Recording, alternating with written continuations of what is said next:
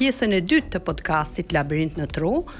Më parë trajtuam temën droga në komunitet dhe në shkolla dhe lexuam një letër të një adoleshenti të moshës 13 vjeç, të cilën e lexoi kolegja ime Eda.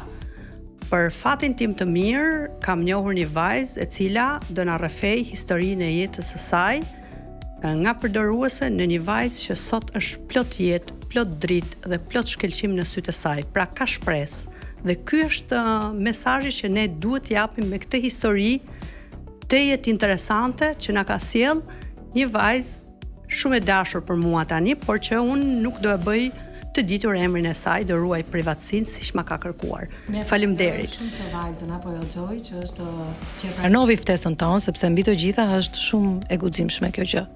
Do guxim dhe do forcë, të cilën ti e ke. Po ajo ka treguar pra që është e guximshme me vendimet që ka marrë në jetë.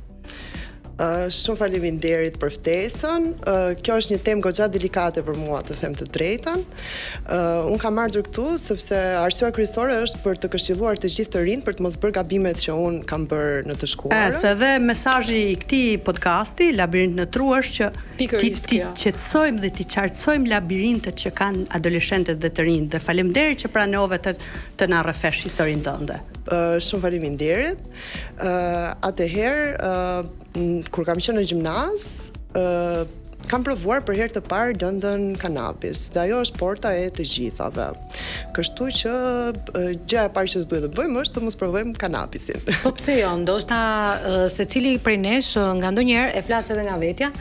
Ndonjëherë mendoj që po sikur ta provoj qoftë vetëm një herë kështu sa për kuriozitet. Më fal, ka një diferencë sepse në momentin që je më i ri, truri jot nuk është zhvilluar ende, nuk është zhvilluar akoma, dhe në momentin që e merr këtë lëndë është më lehtë për të bërë i varur.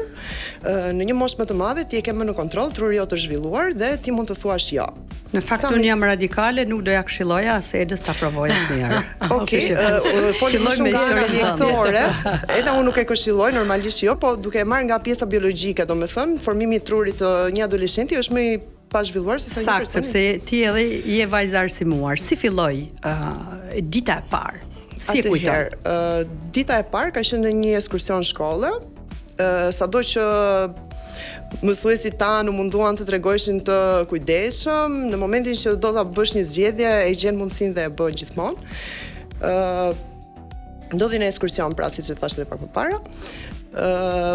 Ishte një eksperiencë shumë e bukur dhe në fillimet e para kur fillon konsumimin, ti mendon se do jetë vetëm një herë dhe nuk ka për të patur një herë të dytë, por shoqëria, domethënë adoleshentët shtyn njëri tjetrin, dhe gjëja ndodh në grup. Pra ishte kurioziteti që ty të nxiti të nisje këtë. Ishte kurioziteti. Tani po ti ishte nuk është se kisha marrë edhe ndonjë informacion shumë të saktë në lidhje me substancat që janë të dëmshme dhe prandaj ndodhi e gjithë kjo. Ti fajson dikë një shoqë mësuesin, prindin për atë periudhë? Unë fajsoj veten time, të them të drejtën, veten time, pastaj zinxhir vjen shoqëria.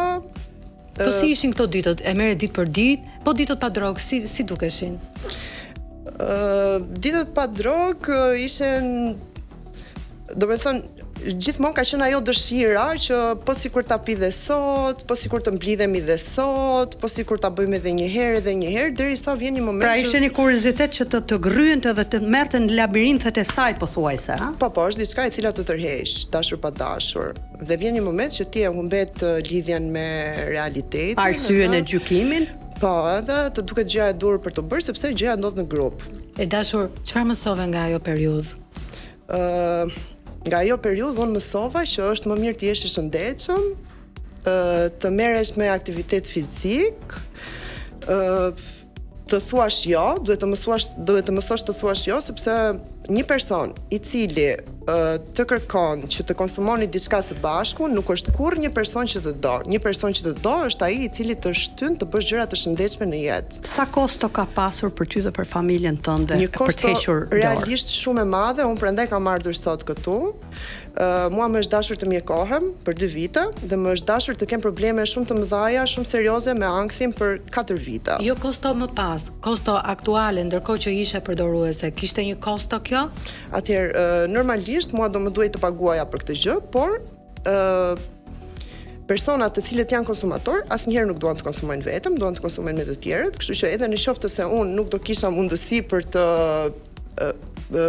të paguar për këtë gjë, një person tjetër nuk do të ta bënte vetëm, do mos gjithë edhe mua ta bënte me mua dhe kështu me radhë të gjithë. Kush ka qenë personi i parë që të ka mbështetur dhe ndihmuar për t'u larguar nga ky ves? Atëherë, si fillim, gjendja ime emocionale u bë me të vërtet shumë dramatike. Unë nuk po gjija lumturi, nuk po merja dot oksigjen. Ndjesha shumë keq dhe mendova që këtë gjë ta shpreha me familjen time. Ishte me vërtet një hap shumë i vështirë. Por ishin të vetmit që më qëndruan pranë dhe ishin të vetmit që më hapën derën dhe kanë qenë me mua deri në fund. Nuk u treguan gjykues as mamaja as babai për të mbështetën, a? Patjetër që ishin gjykues, ishin shumë gjykues, por ose do më zgjidhnin mua të më ndihmonin, ose do më humbisnin përgjithmonë. Ti sidoqoftë quhesh një vajzë me fat. Shumë faleminderit. Edhe për suportin që të ka dhënë familja jote, se shpeshherë Gjoja apo jo është vërtet që familja jo vetëm gjykon, po nga ndonjëherë edhe nuk e duron dot, ndoshta e bullizon anat e mund dhe e largon ndoshta edhe nga vetja. Familja gjithashtu nuk të ndihmon dot nëse ti nuk ke dëshirën për të ndryshuar. Unë kisha dëshirën për të ndryshuar, dhe prandaj dhe rretheve para atyre. Po, ata i kishin kuptuar të gjitha shenjat që unë po bëja diçka gabim, por në detaje nuk dinin asnjë gjë, sepse substancat të cilat unë kam konsumuar janë të shumta dhe ndoshta disa dhe të panjohura për në shumë përzierje substancash, a? Shumë përzierje, shumë rrezikshmëri dhe mund na përmendesh disa që ne t'ju japim një shembull të rinjve që kurse si nuk duhet futen në këtë labirint. Po patjetër, unë do t'i përmend dhe janë tepër të rrezikshme dhe kurrë nuk duhet të thonë.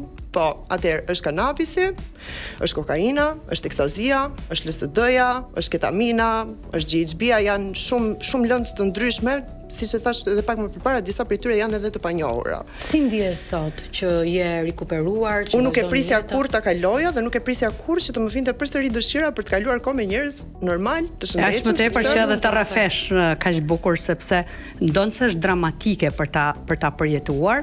Ti rrefimin po e bën në mënyrë shumë sinqertë, dhe unë për këtë të përgëzoj. Shumë faleminderit. Dhe një vajzë jashtëzakonshme dhe e bukur, për ata që nuk do të ta shohin fytyrën. Ndaj dhe jo vetëm emisionit podcast Labirint në tru, por çdo njeriu që e dëgjon këtë intervistë i ke bërë një nder, i ke bërë një shërbim të madh të jashtëzakonshëm, sepse adoleshentit duhet i rrim shumë afër familja, prindi në kuptimin e madh. Edhe familja e tërë, por prindi, mam dhe baba duhen gjithkohës ta pyesin fëmijën, si ndihesh, me kë shoqërohesh,